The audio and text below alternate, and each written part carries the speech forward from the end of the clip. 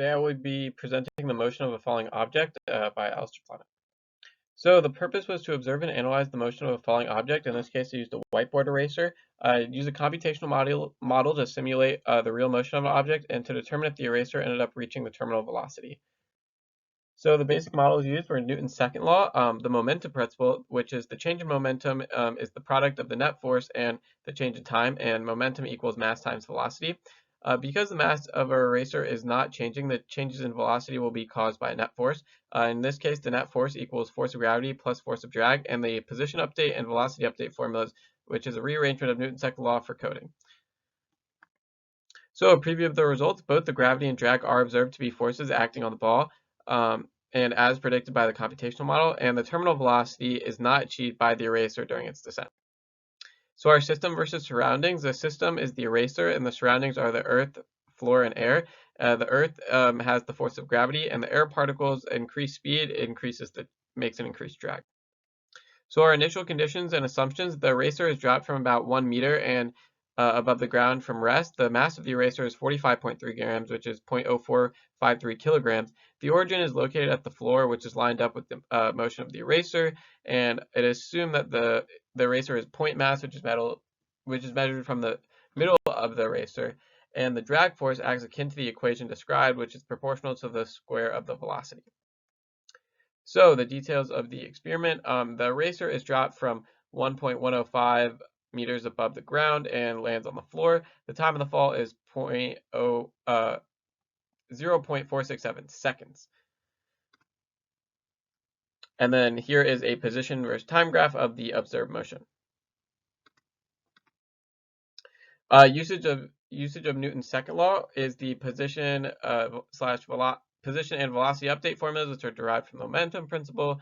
In this case, V average equals V final because there's a non-constant force.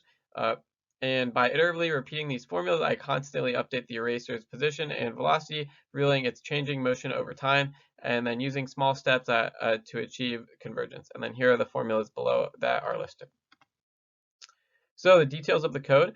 First, I set the ball's mass to, as I said, the 0.0453 kilograms. Its position to 1.1050 meters, and its initial velocity to 0, time 0, and then delta t is 1 over 60, as that is the size of each time step and tracker. Gravity to 9.8 meters per second, and then j hat just to 0.10, as it was only moving in the y direction.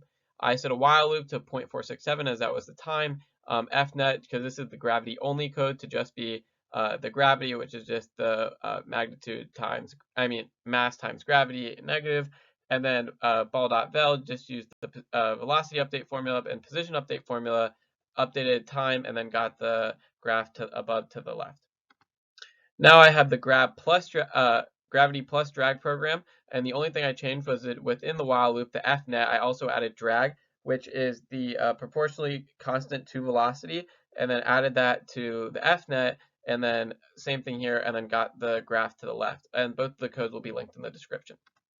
So here I have the observed position versus time graphs of all three motions. So we have our observed position, our predicted position, and then with just gravity, and then with drag as well. You can see that the observed position and the one with gravity plus drag as all three are very close, the one with gravity and drag is closer to the observed motion than the one just with gravity, as it doesn't account for the drag force.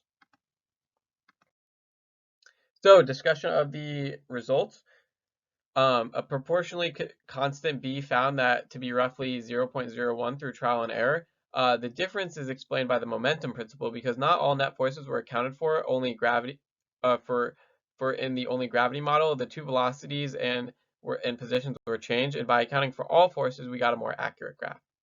Okay, so possible sources of error would be possible misplacement of coordinate axes and tracker. If the eraser's height was mismeasured, then it change in momentum also will not be measured for correctly.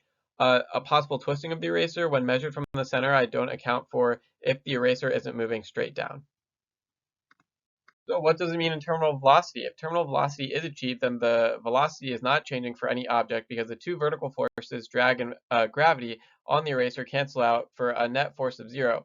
Thusly, a terminal velocity will be represented by a flat straight line on the graph of velocity versus time, and neither model to the right represents terminal velocity. What if the ball was thrown down? There would be a new code starting velocity with a negative value of ball.vel vector 0, negative 10, 0, and the new graph of from gravity plus drag model does not show terminal velocity as shown to the right, and terminal velocity does not depend on initial velocity. So to conclude, the significant forces acting on the eraser during its descent were gravity and drag, as seen as the similarities between the computational model and the actual motion of the eraser, and terminal velocity is not achieved.